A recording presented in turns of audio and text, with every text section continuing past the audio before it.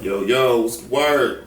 All love here, man. Fulltime Father Podcast. And we here with another dope episode, man. Got one of our community leaders around this joint. You know what I'm saying? I see that's what I've been running into lately, so that's we just gonna keep that energy going. You heard? You heard me? I'm my big dog. Introduce yourself, man. Yo. How y'all doing? It's my pleasure.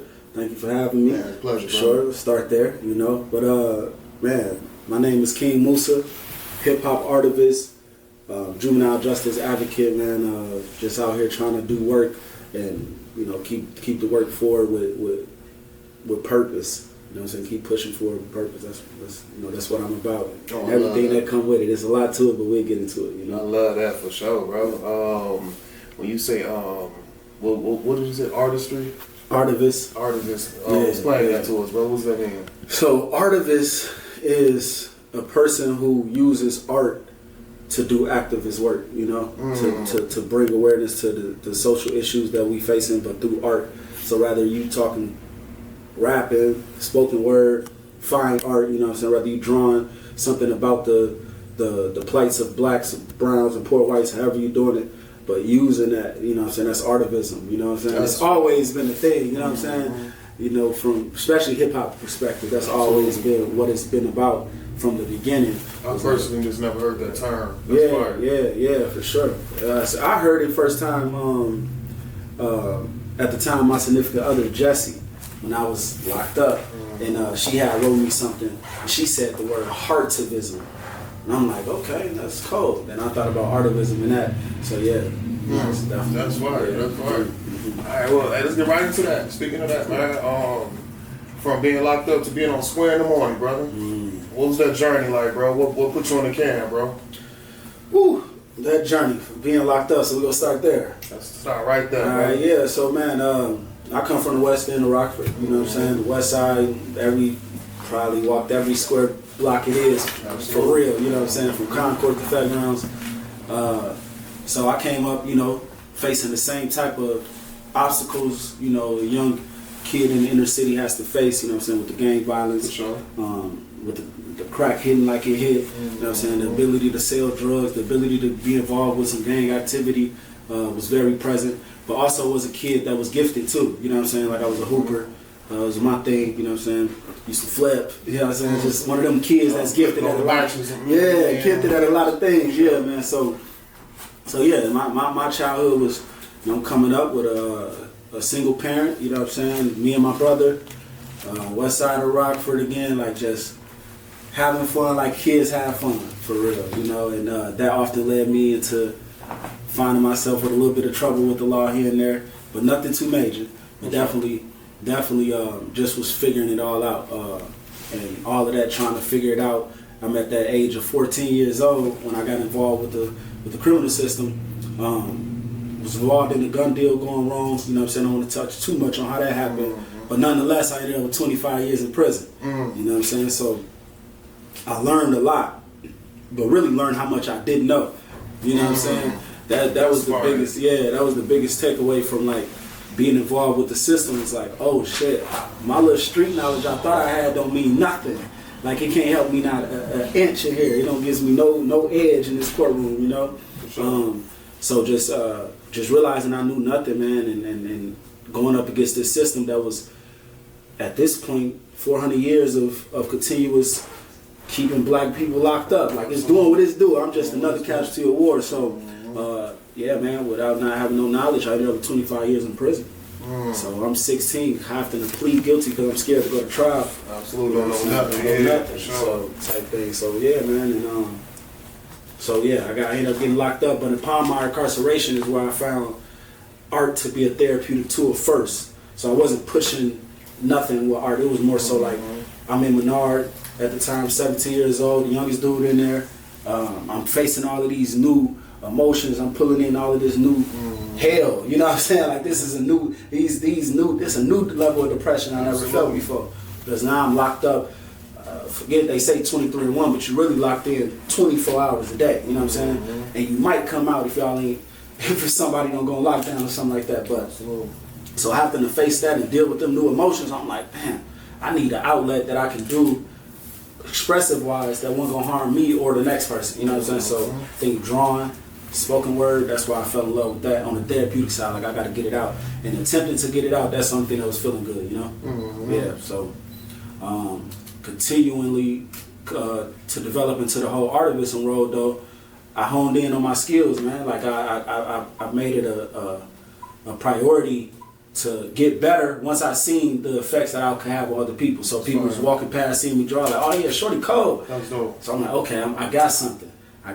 They willing to pay for it. It got to be something. That was the first sign that I was good. Nice. The same thing happened with the rap.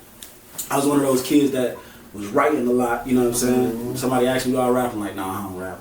I was shy, you know what I'm saying? But bars like a motherfucker. Yeah, bars. Eventually my neighbor, like, because in Menard, you gotta talk through a mirror, like, to even see your neighbor, like, it's bars. So we talking through the mirror, he like, man, hit that shit. I see you writing all day. It's been 6 months. Hit that shit. I must have rapped, and it's an open gallery. And so long story short, like, people heard me. So I'm getting kites.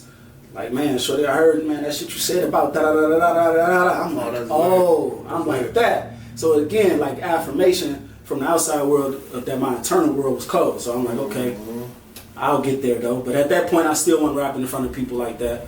But I ended up going to another facility where people was out more. It was more social, and ended up getting into their rap circle. And at that point, I took offense to everybody talking about this other dude named Mac. He's my mentor to this day now. But he was that cold. Like, and I will vouch on camera, he's colder than Jay-Z. He colder than Nas type dude. Like, one of those, you know what I'm saying? So I'm coming up against him like, man, how can I be better than him? So I took it upon myself, man, to bark up that tree and study from him, if you will. I ain't gonna call it battling, but just study. And I learned the power of my words, man. I got cold, you know what I'm saying? And that told me that I could start using it to mobilize my story, though. So now I could go over the phone, and I'm doing spoken word events over the phone, gathering support for my case, like letting people know about my situation through the art. You know what I'm saying? That's where the whole artivism thing came into play. At that time, I was pushing through a project called Kxng Moosa project, and where me and Jessica Hellsinger was just like pushing, telling anybody in the world that would listen to my story, you know? That's what's up. Yeah, so that's how that came about. Advocating for myself, I ended up mobilizing with this organization in Miami called Dream Defenders. And Dream Defenders, at the time, they had a member named Aja Monet. She like a big renowned poet. Be doing her thing like LeBron to share her poetry, like she that cold. And she happened to be like real cool with Vic Vincent. And her thing was like, hey man, we doing a lot for you in Miami. How about you get some support back home? You know what I'm saying? He from Chicago, you know what I'm saying? She like, you from up that way, get some support up that way. Made sense to me. And that's how eventually calling him over the phone, we became brothers. Called him one time over the phone, he in New York on the radio station. That's what's up. I tap in, Sway tell me to spit, and I go crazy. You know, the rest was history. That's what's up, man. Yeah, did they drop that episode yet? Okay, I gotta look for that, man. I look for both, man. One from 2018 they dropped it, and the one I just went on there they dropped that too. Dope. Yeah, that's what's up. That's what's definitely up. Definitely tap into it. I see you the links. For sure. Man, the link with Vic though, brother, that's fire, man. See him on the battle rap tip on Wildin' Out. Oh yeah. My favorite battle rapper, smoking it. Right, yeah. So that's fire, man. So y'all a little sparring partner, pretty much. Y'all going in and shit. Yeah, man. That's bro. Like, man, we locked in on a different level. We met while I was in jail, but by all means, man, our relationship is way thicker than the story now. That's fire, bro. You over tapped in. That's fire, man. Man, so with all the stuff you got going on, brother, from being an activist, doing your art, you know what I'm saying, just moving around in general, how do you balance all of that out and being a father? Oh man, I wouldn't even like asking the question, how do I balance it? I wouldn't even say I'm doing the best job of balancing it. You know what I'm saying? But I definitely stay persistent through the the weariness, because you go get tired. For sure. Fatherhood is a full-time job in itself. So anything else you're doing on top of that, kudos to you. You know what I'm saying? But I wear a lot of hats.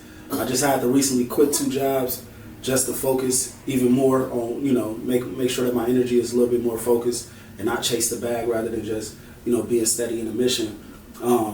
So yeah, it's like one day I'm a community organizer, the next day I'm a rapper, you know what I'm saying? Next day I'm speaking at a college, or doing some lobbying in Springfield, however, so I wearing a lot of hats. And I don't got the secret to the self-care aspect of that yet, because I'm still doing bad at where I over hustle until I'm drained and can't go no more. But that ain't really how you're supposed to do it. You know what I'm saying? You're supposed to have some go to the gas station time. But I'm still working on that for sure though. No, for sure. That's definitely a challenge, brother. Me being a full-time father and everything I do, bro. Like you said, ain't nobody perfect in what they do. You know what I'm saying? So that's one of my main things I like to say on a regular basis, man. Ain't nobody judging nobody, brother. Like, you know what I'm saying? We all trying to make it. You know what I'm saying? Ain't no perfect way. Like, me asking that question, I really wasn't expecting for you to be like, oh, well, Monday morning. You know what I'm saying? But, sure. You know what I'm saying? It's just to show people that, man, doing a lot. When you're doing a lot, you still are able to just make that time for your family. However you gotta do it. You know what I'm saying? Yeah, and I think, I still get it done. I still make it happen. Fatherhood comes first. So even sometimes, like, man, the way I work, even sometimes work, then hey man, it's Zuri. Like, if it ain't Zuri, then everything else, her problems is my problems. Then we'll worry about the world, yeah, man, trying to be persistent. Gotta use your time wisely. Like, time management helps. You're like at first when we were saying, like, I ain't got the time to do. I had to correct myself. Like, I finally got the time to do it, but the way that I'm using my time currently, I won't have the time to do that. Just that commitment. You know what I'm saying? For sure. Nice. That's dope, man. If you could write a message for fathers everywhere, what would you say to encourage them on their journey? Oh man. I would say, because I was thinking about something totally different, but the other day, but I was thinking about purpose. I was thinking about how, like, through all of this chaos, like, I'm going back and forth from Chicago. If it's Monday, I got a performance Monday. Then I got to be in Springfield Wednesday, back in Rockford, you know what I'm saying? Then I'm shooting in Bloomington to ISU. And what I realized was, like, damn, like, and still being a father, and still being a son, and, you know what I'm saying, all of the titles I wear, I'm like, you definitely got to have a certain purpose. So, like, no matter what noise is happening, you got to have something that's deeper than a desire or some inspirational motivation, but you got to have a cause. You know what I'm saying? So, like, to the fathers that do get worried and feel like they, like, damn, like, the weight on my shoulders, don't nobody care. I got to be the one everybody lean on, because that's the position they gave us. They told us we got to protect and provide. For sure. That's our first duty as a man. Like, okay, protect and provide, and then you worry about yourself. So sometimes in that formula, it get lost. Self-care get lost. But, like, your purpose, like, that's where you can get that ground. That'll keep you focused to put things in perspective. Like, okay, I know why I'm doing it. I'm doing it to make sure my son be good when he's 18.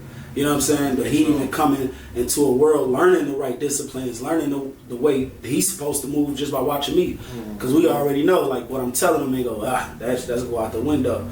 But what I'm showing him, he definitely gonna stick to his ribs. So, like, every father whether you got a daughter or a son, just know that they're watching. Just remember that they the purpose. They the reason. So make your decisions with them in mind, and guarantee it all gonna start making sense. You know, that's solid. Start making sense.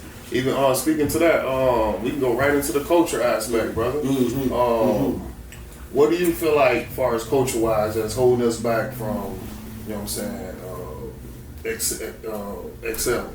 I was trying to use another big word, but it's a lot. Well, I'm gonna start with the word patriarchy first. I'm gonna start there. I got an episode with me and my father talking about patriarchy. Cool. Sure. So I'm gonna start with patriarchy and how, first off, you know what I'm saying, the curses of patriarchy. You feel me? And how, like, this box we get put in by being men, and the box we get put in by being men sometimes.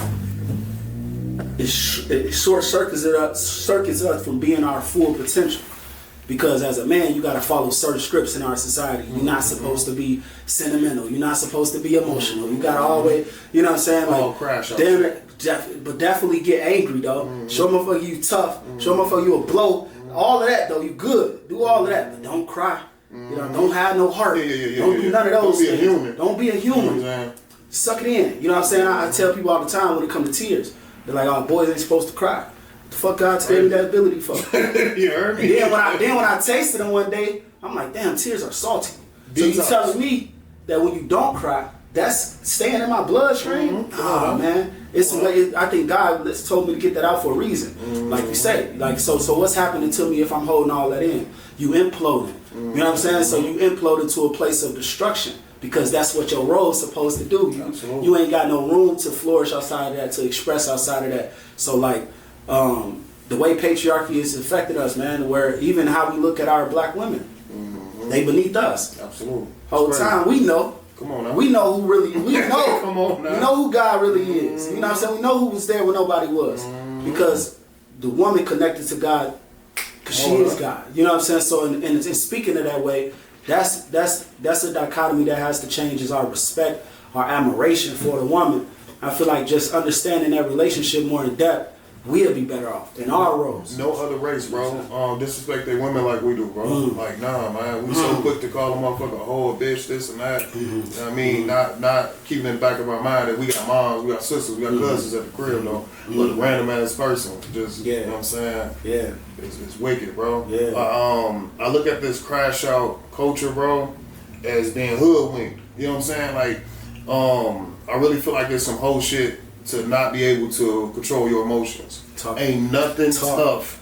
I was just talking to bro and his pops about this last night. Ain't nothing tough about not being able to control your motherfucking emotions, bro. Yeah. Ain't nothing progressive about that. Like ain't nothing honorable about that. You lose your life, my nigga. Like you lose your life to the system. You know what I'm saying? You doing it for the streets. But you can't get your life together for you or for your kids. Come on, like, but let some street niggas, rather it be your ops, and you moving off of because what they think, or you moving because of what your homies think.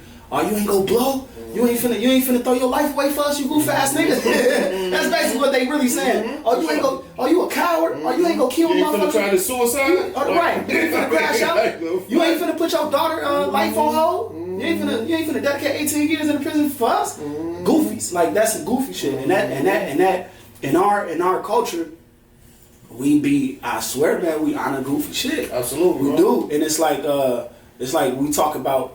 I know Charleston White is always a hot topic, but one day I was explaining to my homie, and I was like, the internet is one world, right? That's one totally different world. This rap shit is a whole nother world. But it's a world, entertainment. They both come from the world of entertainment. But in this world, sometimes art imitates life, which is the entertainment. But sometimes real life get spewed into these bars, or real life get talked about on these podcasts sometimes. And in those moments, like Charles White had a time where he was talking about like he don't respect the gang culture. He basically saying we a bunch of goofies, we'll kill each other about a color. Or because you walked in a block you weren't supposed to technically be on. For sure. Then them niggas fighting over a block they don't own at all. They don't own this shit. They granny, they mama, they own this shit. Motherfuckers come through right now and be like, man, matter of fact, get out. Y'all gotta go. You heard me? But you about to die about this same block that a white man could come and kick you out about. But on that same note is the way we view each other. You blow at me, I'm gonna come and blow you down, your friend, your cousin, whoever else I can find out of my rage. But if I was a police and I killed you, come on now, ain't nobody gonna touch you. I could walk in that same block, ain't nobody gonna shoot at me. Even though everybody got 30s, even though everybody got that choppers and guns, they got 100 bullets in it, they not gonna blow a slug at me. But if you from the other side, I got enough anger to kill you. For sure. But we got more respect. That's how you show right there. Actions speak louder than words. We got way more respect for the police than we always talk about how, you ain't supposed to fuck with the cops and they dishonorable. But we got more respect for the police than we do for ourselves. Way more respect, because we ain't gonna blow down the police department. Not at all. But I just seen on the news the other day, like 5 shorties got locked up for shooting at houses. You get what I'm saying? Talking about that young man that just shot that black girl. I wouldn't even know. In fucking downtown Rockford. That was like 2 days ago or some shit, wasn't it? Shot the old girl through the mirror. Yeah, but that's the culture. And that's the type of shit where it's like we need a paradigm shift. We need to start checking ourselves as a whole. you as a man. You know what I'm saying? What's your values? What's your morals? What they in line with? Is they in alignment with growth, prosperity, or is it in alignment with death and destruction? Because by all means, I could turn on any song right now. I bet you they just dropped a song yesterday. That motherfucker got killing in it. Come on now. And they gonna put it on the radio. They gonna put it on the radio because they want shorty them to come up thinking death and that the whole goal of life is to kill or die. You know what I'm saying? So it's like that need a paradigm shift, man. However we gotta get it, rather that be through love, man, embarrassment. However we gotta get there as a culture. You know what I'm saying? Shaming the right things. And not shaming things because the codes of the street say shame it. But shaming things that's not putting us in a progressive state of being. You know what I'm saying? That's keeping us, like our mentalities. It's literally got people that's 40 thinking like 17-year-olds. That's a fact, man. Because they still got the codes that ran them when they was 17. They learned the codes, whatever lit they learned them when they was kids. These same gangs was started by kids too. Let's start there. Absolutely. And then so you done vowed to this literature. It became you personalized it, amplified it. You walk through it, but then you look up and you 40 doing the same thing, my boy. You just shit your life away. Right, kicking it. You know, they buying bottles and shit. You know what I'm saying? Like, ain't got grandfathers no more, man. You hear me? It's deep. That's serious, man. That's real serious, bro. And what do you think is some solutions, bro? Like, what do you think we can do to, you know what I'm saying, just shift the mindset? Man, us on these platforms, just put it out there. You know what I'm saying? Put it out there to the mamas. Let them know, because the mamas the ones. The way that this culture, the system in our culture set up, the mamas the ones that's gonna have to raise them. For sure. They gonna have to teach these boys how to be men, which is almost an impossible task to do. So our job is to give them help. You know what I'm saying? We gotta put this stuff in their psyche so they can be able to don't think like that. And this is why. You know what I'm saying? That's help. That's how we help where we at. We gotta do our part or be the example you want to be. That's how we start, man. We start through curriculum. So like I was talking about how the Bible indoctrinated us to believe life a certain way. We gotta do that intentionally to our kids. So through like Keepers First Academy, Entrepreneur Academy, you heard of that school? Dope. It's our curriculum. We get to put what we want to in our babies, man. And so we basically watering our fruit with the water we want to give rather than what they give us to give us. And so and start there. Start with the kids. Start with the youth.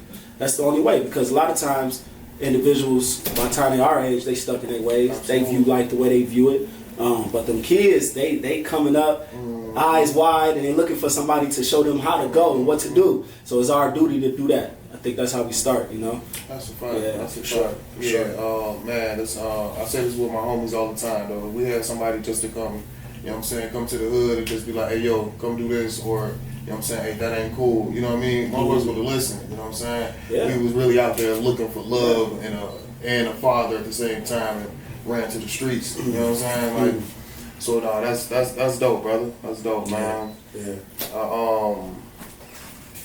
What's your brand, though, brother? Talk to us, man. My boy got healing, crime prevention.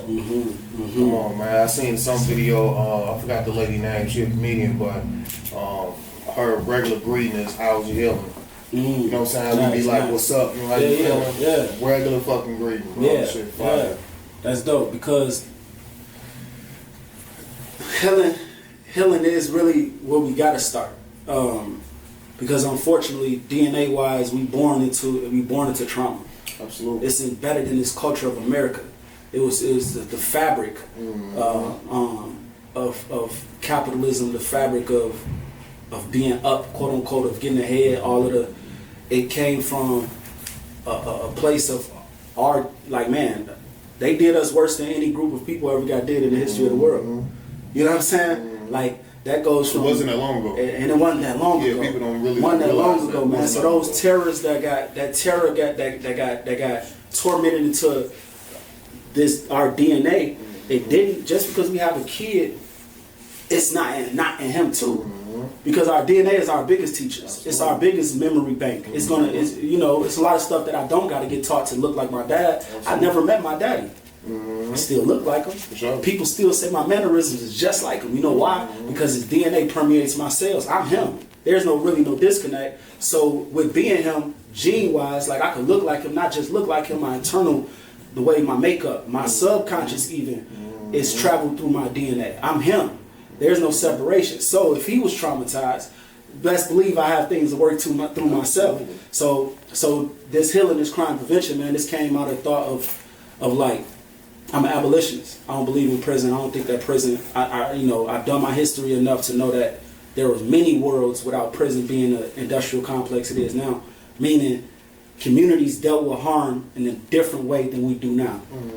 The way we deal with harm now, if I told you what you think of a world without prison go look like, the first thing people imagine is like this terror. Oh, it's a purge. Everybody go kill each other. Da da da da da da. Good old programming. It's a programming because we think it's gonna be crazy. When in actuality, prison isn't a thing that's keeping us the way we are. Natural love for being a human does. Laws don't keep us intact because you see in the hood, we don't give a fuck about a law. We gonna break those.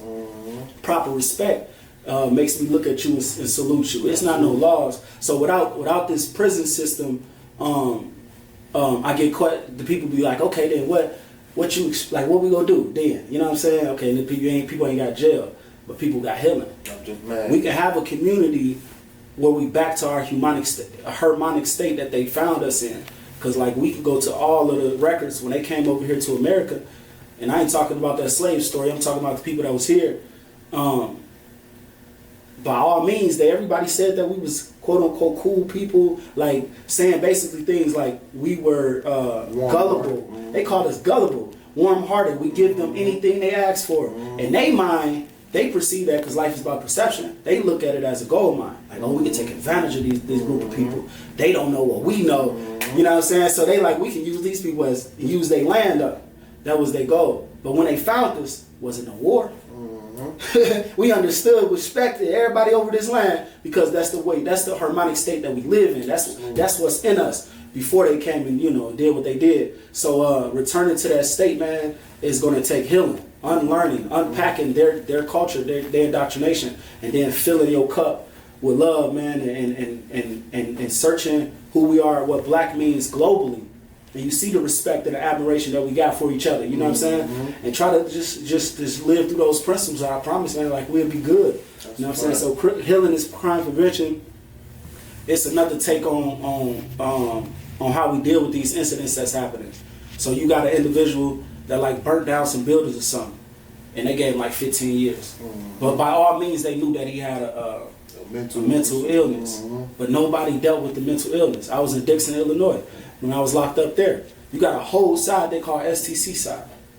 I just see so many people from Rockford, our cousins, brothers, the niggas that's out here gang banging, they was in STC, getting told they had a mental illness.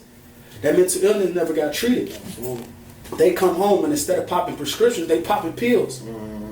You get what I'm saying? And then he kill a motherfucker. We looking at him like, oh yeah, he a killer.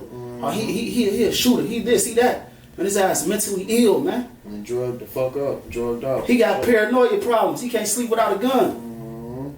He traumatized.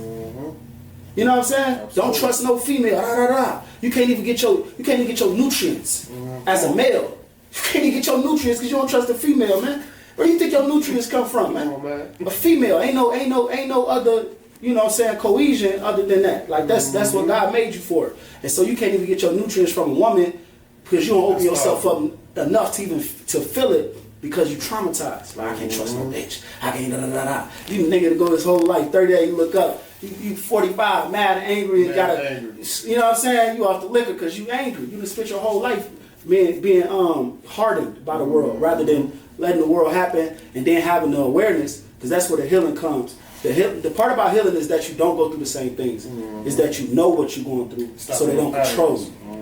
They don't control you. If you keep running into them patterns, if they keep happening, you're not learning the lesson. You know what I'm saying? It's going to keep doubling back every time. Yeah. So the healing is crime prevention, man. That's my message. This ain't a clothing line. This is a message line. I'm pushing this because the more people that hear it, I hope that eventually, like a politician or something, get caught saying it, and they can pass some legislation that say, okay, instead of this $900 million we was finna put towards 2 new prisons, which is a real thing right now. They got $900 million to build 2 new prisons. They finna put that, but hold on, damn. They just closed the school down. Hold on, Rockford. There ain't no trauma unit on the west side of Rockford. Come on, man. Come on, man. 900 mil. We only want 2. Give us 200 mil. We put a trauma unit on the west side of Rockford. You get what I'm saying? And we'll make it work with 50,000. Whatever. But this is my point. You know what I'm saying? So they got to know at the top that all of this tough on crime rhetoric, but then as a means to public safety, we got to call bullshit. Next time a mayor or anybody be like, oh well, we're gonna look at enhancing gun laws or enhancing, man, that shit for what? What's your goal? Ask them what's their goal, and they gonna come back and they gonna be like, oh, we want to keep our community safer. You gonna be like, what about the 94 crime bill that introduced truth in sentencing law, where my uncle and them got had to do 100% of his time. You know what I'm saying? That didn't deter nobody in the hood from committing crimes in 2020 when Rockford had his bloodiest year. Come on, man. So from 92 to 2020, tough on crime was y'all rhetoric. That's what y'all led with. It didn't work. So what you mean to tell me that tough on crime is going to better my community by keeping my father and my grandfather away longer? That doesn't help us. No. How about you heal us? How about you make impact in the places in which why we doing these crimes or why we committing this harm for real? Because that's what's happening. We harming each other, then they calling it crime and using that as a reason to make money off our bodies. Yeah, for sure. But they harmed us first. And this is why we look at each other and don't like each other. Because we hate ourselves. We hate the world that they place us in, the mirror that they place in front of us. We hating that shit. And so in hating that, it's easy for me to look at bro, man, I hate that nigga. I don't like what he's doing. You know what I'm saying? Nigga just like you, but I don't like that nigga. You'll find a way because that's self-hate. Absolutely. You gonna find a way to hate a motherfucker when you hate yourself. So healing will bring us as a culture. If we just pinpointed that, man, give people time to heal. Because in order to heal, you can't be living in survival. Absolutely. You know what I'm saying? You can't be thinking, wake up like, oh fuck, I gotta feed my anybody got time to heal? You gotta feed shorty. She gotta eat. Fuck me. You know what I'm saying? So and make an impact in our community to a place where we can begin to heal, and then just hold each other accountable on that healing journey. Like and teaching people about mindfulness, meditation. You know what I'm saying? Teaching people about the power of a therapist. Because like when I never wanted to do a therapist. Like when I first came home from prison, couldn't tell me I was fucked up. You know what I'm saying? I had to crash out to be like, oh, I ain't got this shit. Yeah, my coping mechanisms for a sale don't work out here. I gotta actually interact with people. I gotta go to work. I can't just sit on the bed on the bunk like I learned how to do in there. Don't work out here. You know what I'm saying? So learning that about myself, and then realizing that the therapist was like, oh, it's your partner. It's somebody that can help you on your journey. You know what I'm saying? It's like having a motherfucker be able to watch you the way as long as you being honest, they can watch you and your patterns and can help you get up out of them or give you some suggestions on like, man, try this, see how that works. You know what I'm saying? And you try it and be like, okay. Because oftentimes what happened with us is we get warmed with our trauma. Even though it's hurting us, it feels familiar. Familiarity will have you doing some crazy shit. You hear me? It's like, shit, I'm comfortable with this demon though. Like, I'm good over here. So much so that the opposite, even though it's not threatening to you or nobody else, we don't choose peace. Because we so used to the comfort of hell. Like we there, like as a culture we there. We all got the same 24, we wake up, do the same shit. We all know that we don't want this hellhole that we living in, but we don't chase the other one because it's scary.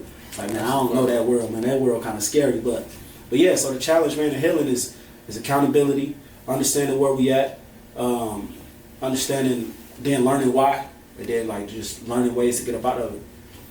That's a fact. That's a lot, man. Yeah, I love that. Hey, bro, just broke down the whole blueprint. You know what I'm saying? Like, well, we just need some niggas to stand on that. You know what I'm saying? Yeah, stand on that and make that happen. You heard me? Yeah. Man, brother, we touched on a lot, brother. That was very impactful. Very impactful, brother. Appreciate it. You got anything you want to speak on person that we didn't touch on? Yeah, man, I got a lot going on, a lot coming up, man. Some big things in Rockford. Definitely gonna lead a lot of creatives, a lot of people involved. I'm doing a 2-year residency that hasn't yet to be announced, but that's popping off where I'm doing plays, I'm doing concerts, I'm doing art exhibits, you know what I'm saying, all of those things. Another save the date is April 24th, April 25th. I'm doing a live exhibit called Split Decision. I think everybody should come out. It's gonna be at Norloff. That's gonna be dope. Yeah, man, and just a lot of big things bubbling, you know. So just keep pushing the purpose. That's fire, brother. That's fire, man. Well, y'all heard it here first, brother. You know what I mean? My boy got a lot going on. Make sure y'all in tune. How can they follow you, bro? How can they get y'all can follow me. That's Kxng Moosa anywhere on streaming sites. If you Google Kxng Moosa on Google, you'll find my website. On my website, you can find some merchandise. IG is Kxng_Moosa. Same thing on Facebook, Kxng Moosa. Get at me, man. I got a lot going on. So I'm pretty sure I ain't touch on everything because it's a limited time. But yeah, stay in tune, man. We finna turn this thing into something we ain't never seen before. Yeah, for sure, brother. Yeah. It's a pleasure. Thank you. A breath of fresh air, brother. Yeah. You know what I mean? How old you is, bro? 32. Man, bro, breath of fresh air. I just turned 37 last week, bro. Okay. And just to see, like, you know what I'm saying, the younger coach coming up, man, and I take it. I'm on. You know what I'm saying? I take it. You know what I mean? I ain't big bro no more. You know what I mean? I love seeing y'all coming up, man. And Congratulations is always a good thing. You know what I'm saying? Yes, sir. Yes, sir, man. But yeah, bro, this Fulltime Father Podcast, man.